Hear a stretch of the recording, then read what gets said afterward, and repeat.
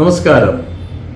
Stop ഇംപ്രസിങ് others, you are losing your self. നിങ്ങളുടെ ജീവിതത്തിൽ എപ്പോഴെങ്കിലും ഇങ്ങനെ ചിന്തിച്ചിട്ടുണ്ടോ?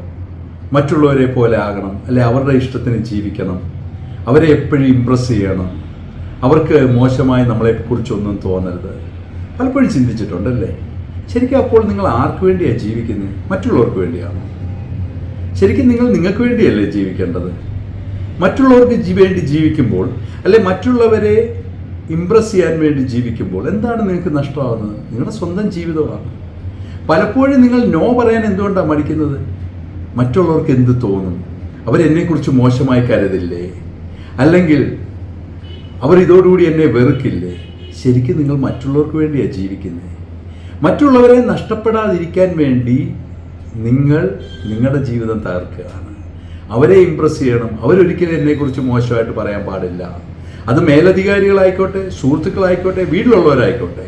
നിങ്ങൾ നോ പറയാൻ മടിക്കുകയാണ്. നിങ്ങൾക്കറിയാം പല കാര്യങ്ങളും നിങ്ങൾ ചെയ്യുന്നത് തെറ്റാണ്. മറ്റുള്ളവർക്ക് വേണ്ടി നിങ്ങൾ ബുദ്ധിമുട്ടി നിങ്ങളുടെ ജീവിതം നയിക്കുകയാണ്. എന്തിനാണ് അങ്ങനെ ചിന്തിക്കുന്നത്?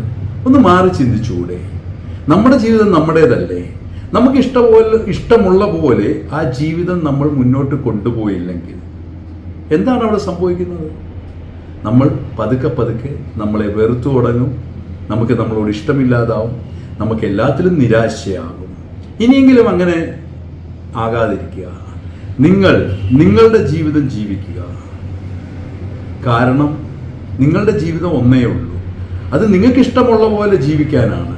അങ്ങനെ ജീവിച്ചാൽ മാത്രമേ നിങ്ങൾക്ക് സന്തോഷം ഉണ്ടാവൂ. Remember, impressing others is temporary, losing yourself is permanent. മറ്റുള്ളവരെ ഇംപ്രസ് ചെയ്ത് കുറച്ച് നാളത്തേക്കേ കഴിയുള്ളൂ. പക്ഷെ നിങ്ങളെ നഷ്ടപ്പെടുത്തുന്നത് ഒരിക്കലും പിന്നെ തിരിച്ചെടുക്കാൻ പറ്റില്ല. നിങ്ങളുടെ ജീവിതം ഇഷ്ടമുള്ളവർ, നിങ്ങളെ ഇഷ്ടപ്പെടുന്നവർ നിങ്ങളെ വിട്ടുപോവില്ല. മറ്റുള്ളവരെ വിട്ടുപോകുമെന്ന് കരുതി ജീവിക്കാതിരിക്കുക. നിങ്ങളെ ഇഷ്ടമുള്ളവർ ഒരു കാലത്ത് നിങ്ങളെ വിട്ടുപോവില്ല.